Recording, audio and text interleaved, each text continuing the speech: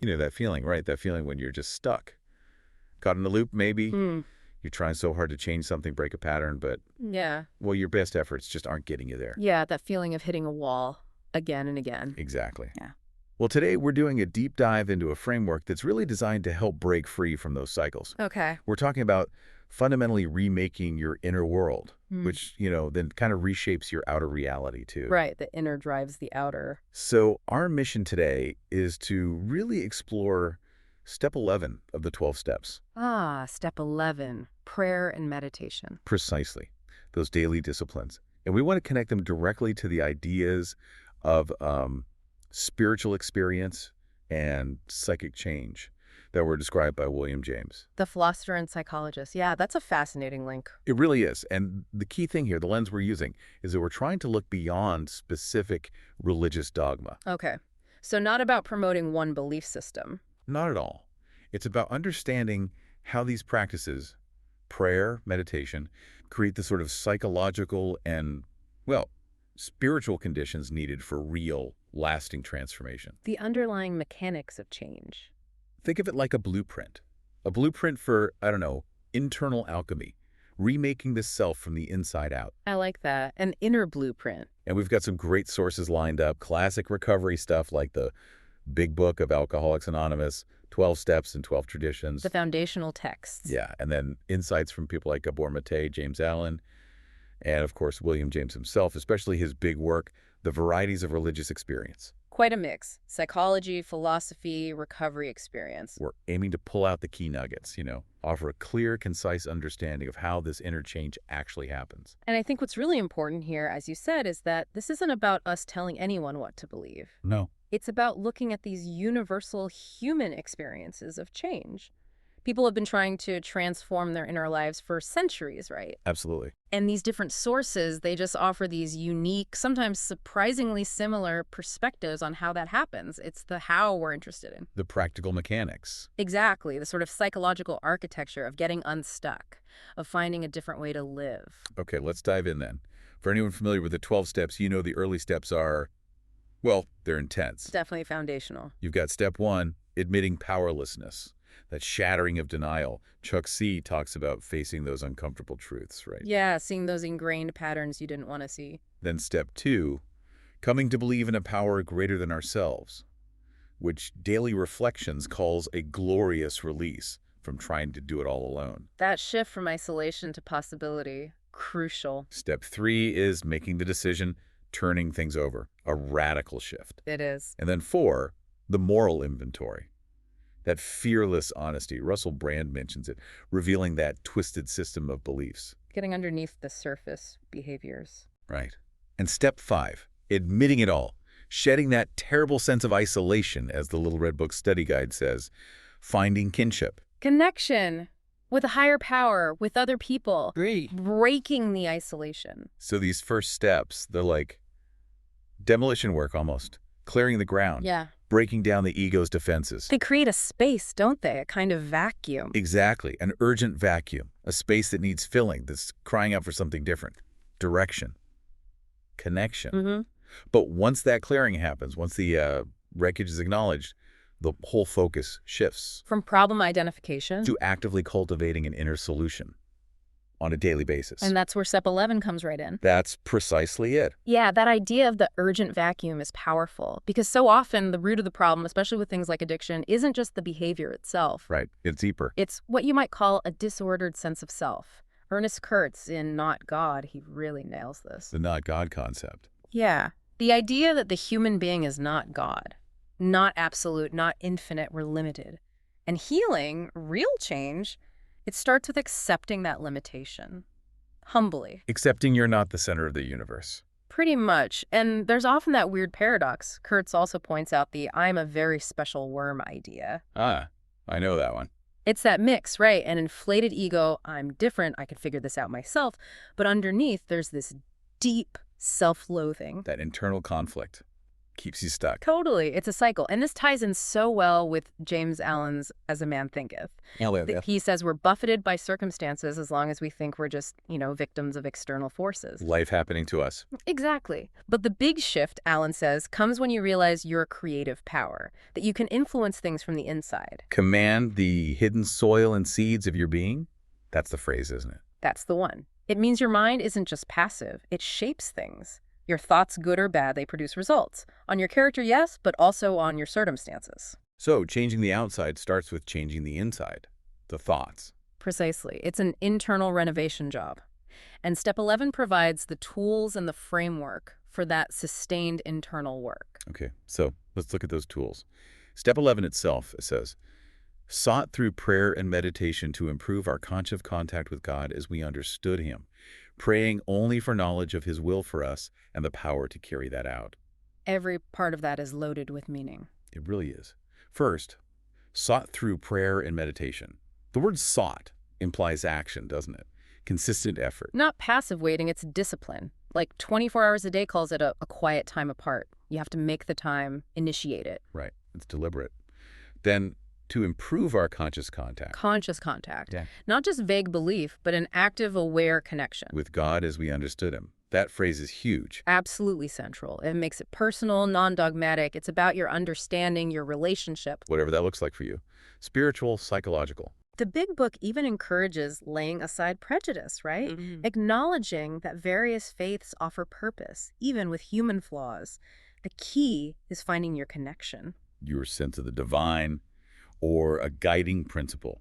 No external imposition. And then the last part, praying only for knowledge of his will for us and the power to carry that out. That's the real shift, isn't it? From demanding to seeking. Letting go of self-will, that self-will run riot the literature talks about. Moving away from trying to control everything, trying to dictate outcomes based on ego. And instead, asking for guidance.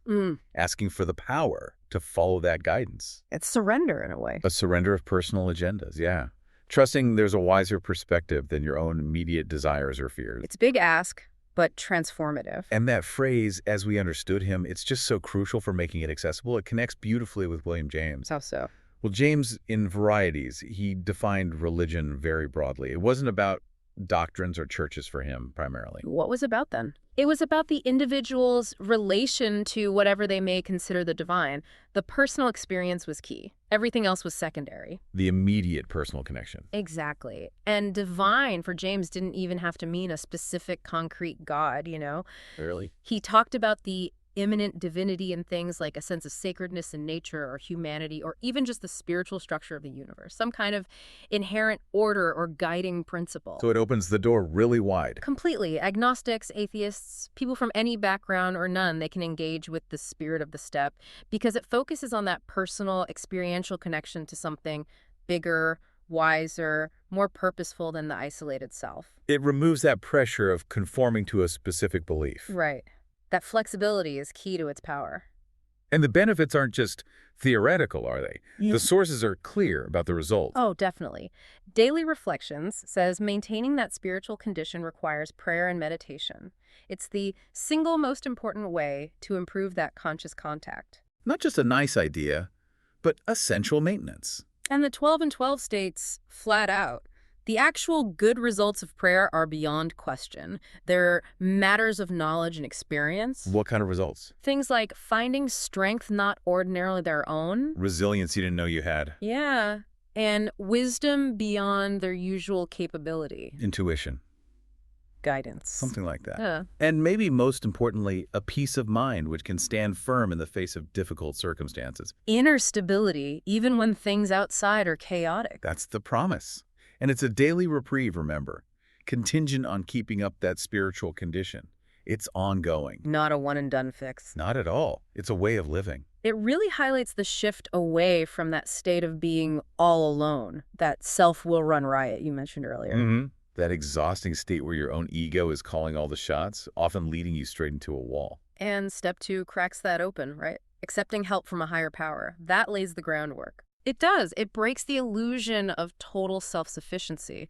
And then step 11 provides the daily practice to deepen that connection. There's that line in 24 Hours a Day about drinking cutting you off from God, creating a wall. Yeah, it's a powerful image of isolation. Not necessarily moral judgment, but psychological reality. Addiction separates you spiritually, emotionally. And prayer and meditation are the tools to, what, dismantle that wall. That's a good way to put it, to repair the connection. And the beauty is, it doesn't have to be overwhelming. That easy does it principle applies. God only expects me to carry my one day's share. Exactly. It's manageable. Small, consistent actions, building that habit day by day, not some monumental, impossible task. Which leads us perfectly back to William James, the pragmatist of the soul. He really was focused on what works. For listeners who might not know him well, he was this towering figure, late 19th, early 20th century. Psychology, philosophy, hugely influential. Father of American psychology, often called. And his approach to religion was just unique. He wasn't interested in debating doctrines. No, he looked at the effects, the lived experiences. What does religion or spiritual practice actually do in a person's life? Does it produce real effects? Tangible changes. That was his question. Not just what do you believe intellectually, but how does it change your conduct, your inner state, your life? Does it work? Pragmatic indeed. And his descriptions in varieties of religious experience, of these transformations, these spiritual experiences, they're just incredible. Not just feeling a bit better. Oh, no. Radical shifts, fundamental changes in outlook, personality, behavior. And he observed this key process he called surrender, or the anti-moralistic method. Anti-moralistic, what does that mean? It means that for many people stuck in struggle, trying harder, white-knuckling it, trying to force goodness or change, it just leads to failure and vexation, more frustration. Like pushing against that locked door. Exactly. The real breakthrough often came, he saw, from the opposite. Passivity, not activity. Relaxation, not intentness. Letting go. Yes. Consciously giving up responsibility, letting go of the desperate need to control, resigning your destiny to higher powers. And the result. Often, paradoxically, perfect inward relief, peace, and frequently the very things you were struggling for, the things you thought you were giving up, actually come to you. Wow. Salvation through self-despair, he called it. Yeah, or dying to be truly born. It's that point where the native hardness, the ego's rigidity, has to break down and liquefy. Liquefy, that's powerful. Yeah. It suggests a complete dissolving of the old structure. A fundamental internal shift. It often feels like it comes from outside yourself because it bypasses your conscious, striving will. You're reborn into something more authentic. That resonates so much with recovery stories, that moment of surrender. Absolutely. And James didn't just talk about surrender in theory. He looked at the practices that helped bring it about. What did he observe? He saw the importance of systematic exercise and passive relaxation, concentration, and meditation. Systematic. Deliberate practice. Yes. He talked about entering the silence, setting aside time for quiet meditation, focusing the mind toward an ideal outcome, creating receptive space. Like that story he tells of the man in the noisy office. Oh, the intuitive man, yes. Amidst total chaos, he could just draw the curtains of privacy, enter this mystic silence, pose his question, become passive. And the answer would come. Never disappointed. Right. It shows how cultivating that inner space allows guidance to emerge even when the outside world is screaming at you, training the mind to access deeper wisdom. It's a skill to develop. Definitely. And James contrasted this kind of potential transformation with common states of suffering like anhedonia, that lack of zest, that grayness. Life feeling flat. Or pathological depression. He described people like Gratry feeling universal terror, or Bunyan being weary of life yet afraid to die. Deep existential suffering. States that feel inescapable sometimes. But then he gives examples like Horace Fletcher. What happened with Fletcher? Fletcher had this realization, this epiphany, that anger and worry weren't fundamental parts of him. They were removable. Let's take that. From that instant, James reports, they just left him. And it wasn't just the absence of negative stuff. It led to increased energy, vigor of mind, and this profound disposition to love and appreciate everything. That's a prime example of psychic change then. A total internal shift. Exactly. Not just a mood change, but a fundamental rewiring. And James believed it came from adopting a systematic conception optimistic enough to be congenial with its needs. Finding a worldview and practices that actually support your well-being. Consciously choosing them. Right, instead of being trapped by old patterns. Which brings us back to the pragmatic reality James was focused on. For him, religious or spiritual experience wasn't just an idea or a feeling. It was a postulator of new facts, New facts. What new kind? truths about yourself, your potential, the nature of reality. And crucially, these new facts then lead to different events and different conduct. So the interchange has real-world consequences. It's not just internal. Exactly. It changes how you act, what happens in your life. It makes faith or inner work incredibly practical. It has tangible results. Yeah, and thinking about worldviews, James used that metaphor of people living on a frozen lake that's melting, the materialistic view. Right. Surrounded by cliffs, no escape, underlying sadness, even with pleasure. A sense of fundamental limitation, meaninglessness, maybe? But spiritual experience, James said, changes that whole picture. It does. It envelops common experiences in an eternal moral order, gives immortal significance to things, even suffering. So life feels different.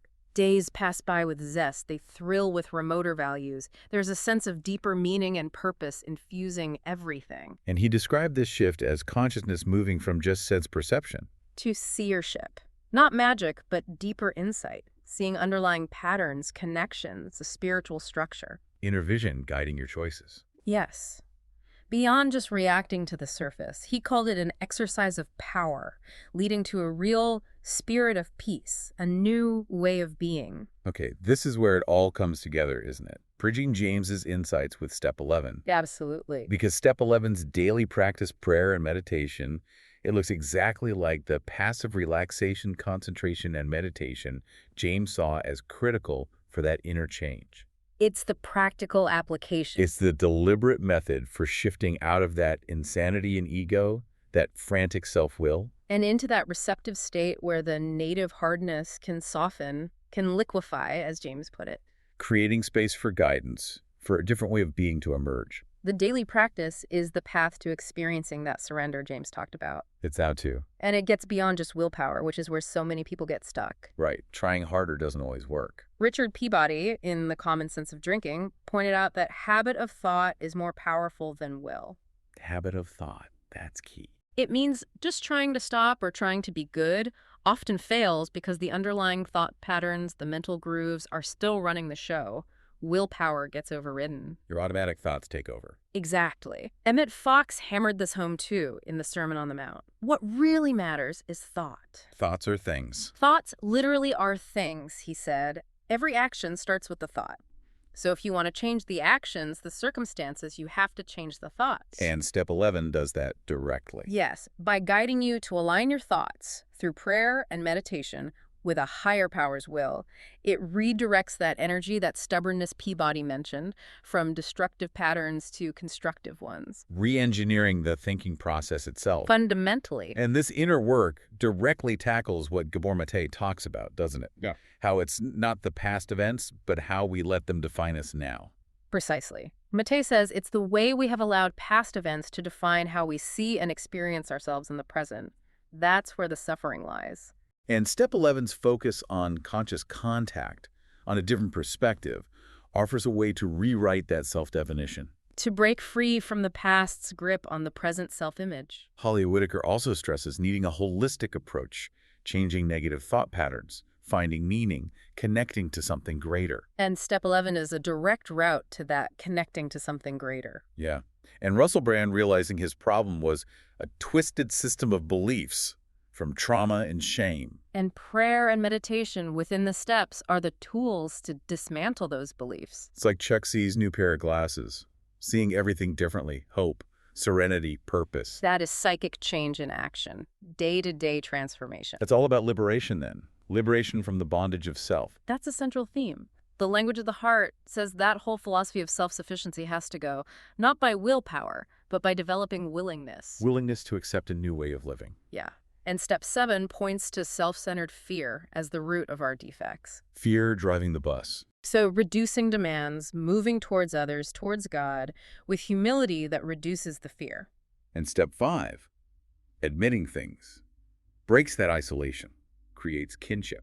That connection is profoundly healing psychologically. It chips away at the self-obsession. All leading to freedom from that self-bondage and back to sanity. A complete reordering of the inner world. Liberation into authenticity. So what does this transformed life actually look like? What are the fruits? Is it just about Not doing the harmful thing anymore? It's so much more than that. The promise isn't just sobriety, it's happy and contented sobriety, where character defects are lifted. Lifted, not just suppressed. Exactly, changed at the core. Daily Reflections talks about experiencing joy, happiness, and wisdom, having the power to love and see things differently with faith. Living in that heaven here and now that Trine mentioned. That's the idea, not waiting for some future reward, but finding peace and connection now, today. That sounds pretty good. And a huge part of this transformation is in relationships. How do they change?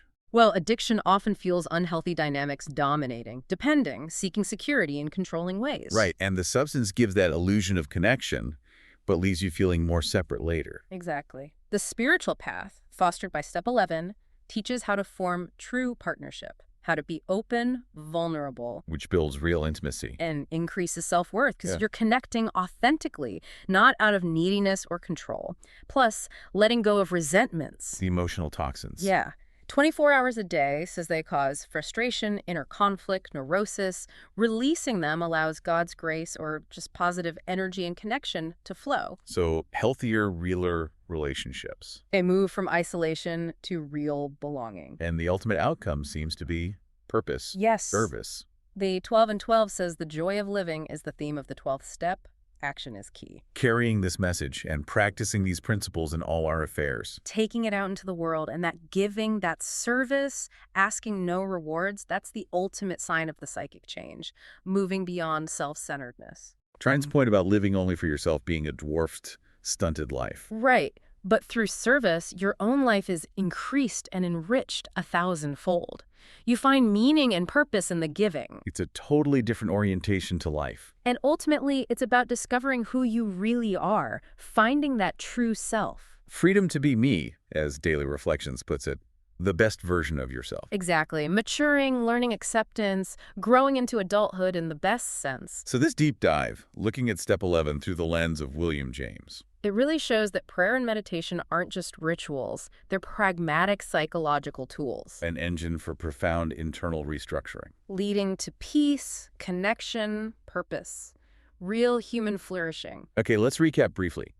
We've seen how Step 11's practices, prayer, medication, are practical tools for that ongoing conscious contact. However you understand that power. We explored William James's ideas on surrender, passive relaxation, and the psychic change that results. His focus on what actually works in human experience. And we connected the dots, how these spiritual actions create the psychological space to dismantle fear, change thought habits, and build a life of freedom, connection, and purpose. A holistic blueprint for real change. It's quite a powerful picture. And the crucial thing to remember is it's not a one-off deal. Right. The daily reprieve. Exactly. It's contingent on the maintenance of our spiritual condition. It's continuous. An ongoing process of mental and emotional reintegration, developing that divine spark within. A lifelong commitment to growth, awareness, alignment. So a final thought for you, the listener, to take away from this deep dive.